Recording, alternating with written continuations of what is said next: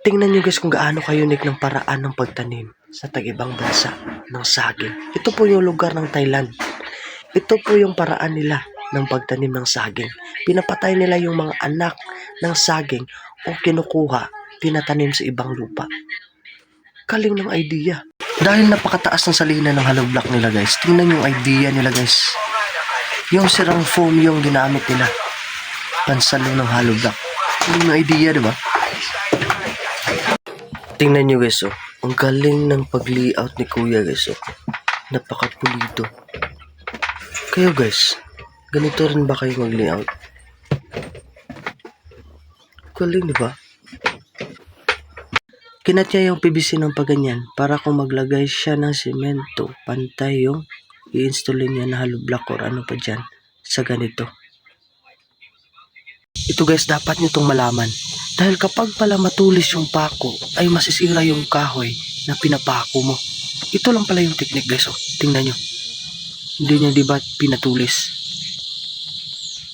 Galing ng idea. Ito na gawin nyo guys. Dahil hindi kaya, kumbirador lang yung gamit niya dito. Tingnan yung tools niya guys, ang galing. Pwede nyo itong gayahin ng tools na to. Ayos. Ayos yung technique ni Kuya guys, oh. Dahil dito guys, hindi na siya mahihirapan mag-install ng tiles. Ayos. Kumuha ka ng kahoy, lagyan mo ng bisagra, spring, at saka bakal na pinaganyan. Simple but safety guys, para sa gumagamit ng grinder. Ayos to. Pinasubrahan niya yung si Parlins dito guys, dahil may plano pala siya. Tingnan nyo guys, oh. Hindi ka na kailangan mag-welding dito.